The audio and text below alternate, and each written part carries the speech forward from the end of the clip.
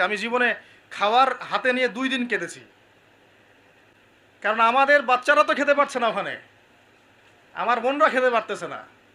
আমার ভাইরা খেতে পারতেছে না। ওরা খাচ্ছে একটা জিনিসই, বুলেট আর আকাশ থেকে বোম। আমরা তৃপ্তি করে খাচ্ছি। একবার ফিকিরও হয় না যে এর জন্য আল্লাহর শুকরিয়া আদায় করতে হবে। নিয়ামতের কৃতজ্ঞতা স্বীকার করা উচিত। ওদের ওদের কষ্টে আমাদের ব্যথিত হওয়া উচিত। খাবারটুকু পাঠাতেও তো পারছি না।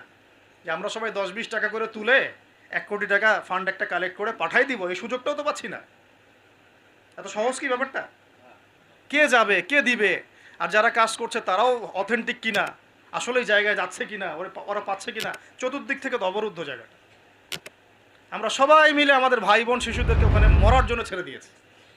এটাই সত্য কথা। এবং এর জন্য পুরা উম্মাকে জবাব দিতে হবে। পুরা উম্মাকেই জবাব দিতে হবে। সবচেয়ে বড় জবাব দিতে হবে আরবের নেতাদেরকে, আশপাশের যারা নেতা আছে এদেরকে। আরবের